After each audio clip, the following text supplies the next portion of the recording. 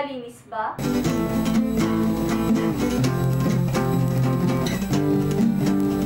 Mga basura nyo, nakaayos ba?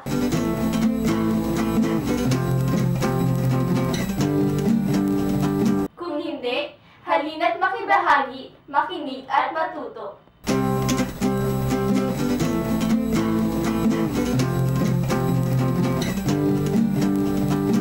Pero bago po ang lahat, ako po si Carol Grace Yugantosa, Pangulo ng PSYSC Pioneer. At ako po si Mary Joyce Obando, isang 4th year student. Ang ating bansa ay nakararanas ng di mabilang na mga kalamidad taon-taon. Isa sa mga kalamidad na ito ay ang bagyo. Tama! Sa Metro Manila, sa tuwing umuulan, kasunod nito ay ang pagbaha. At isa sa mga nakikitang dahilan ng pagbaha ay hindi wastong pagtatapon.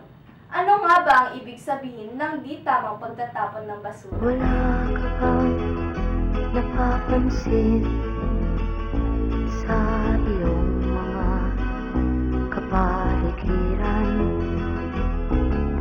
Kay dumi na ng hangin, pati na ang mga ilog natin. Ang mga katanungang madalas na sumasagi sa ating isipan ay, mahalaga ba talaga ang wastong pagtatapon ng basura? Ngunit, ano nga bang ibig sabihin ng wastong pagtatapon ng basura? Basta tayo magkasama, laging mayroong umaga. Kay ganda, pagsikat ng araw, may dalang liwanag sa ating paghaharap. Ang tamang pagtapon ng basura ay ang tamang pag-dispose ng mga materyales na maaaring walang pakinabang o pwedeng i-recycle na naaayon sa pangkapaligirang batas katulad ng Republic Act 9003 o mas kilala sa Ecological Solid Waste Management. Ito'y napakahalaga sa pagsagip ng inang kalikasan. Ito'y makatutulong upang tayo maging responsable para sa ating kapaligiran. At isa rin itong benepisyo sa ating kalikasan. May mga estudyanteng walang pakialam sa tamang pag-segregate at pag-dispose ng basura. Maaaring napag-aralan na, ngunit agad-agad nakalilimutan o kaya'y wala talagang kaalaman sa tamang pagtapon ng basura. Nilalagay lang basta-basta ang plastics sa nabubulok o biodegradable na ito'y isang maling gawain. Sa pagtapon, narito po ang dapat tandaan at dapat isapuso. Tamang pagtapon ng tira-tirang pagkain. Kutsara at tinidor na gawa sa plastic at residual na mga bottle. Ang mga tira-tirang pagkain ay dapat ilagay sa isang lugar. Ito'y nakahiwalay sa non-biodegradable, biodegradable, at recyclable garbage bin upang mas maging malinis ang mga basurahan. Ang tamang pagtapunan ng kutsara at tinidor na gawa sa plastic ay sa tabi lamang ng pagtatapunan ng tira-tirang pagkain. Para naman sa residual na materyales katulad ng lata, pintura, basag-basag na salamin at iba pa. Ang pagtatapunan ay sa tabi din ng nasabing pagtapunan ng leftover foods at kutsara at tinidor.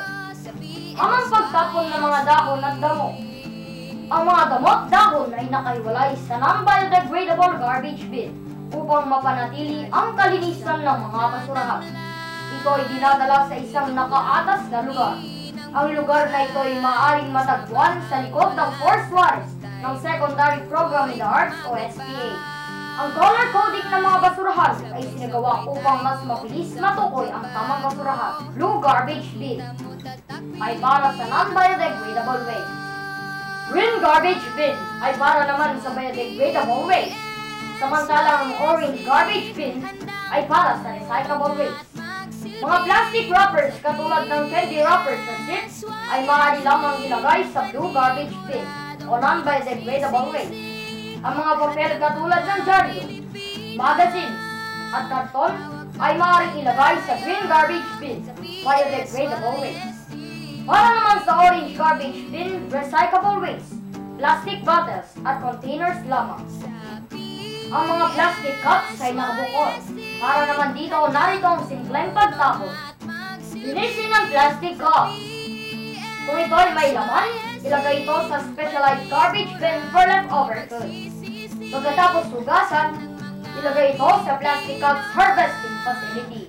Ang mga ito ay simpleng gabay upang magkaroon tayo ng tamang pagtapon ng basura sa ating paaralan mula sa Philippine Society of Youth Science Clubs or PSYSC Pioneer. Tama! Kaya dapat natin itong isagawa araw-araw. Ating pairalin ang disiplina para sa inang kalikasan. So, let's support PSYSC. Proper segregation yields students who are cautious to save the Mother Earth.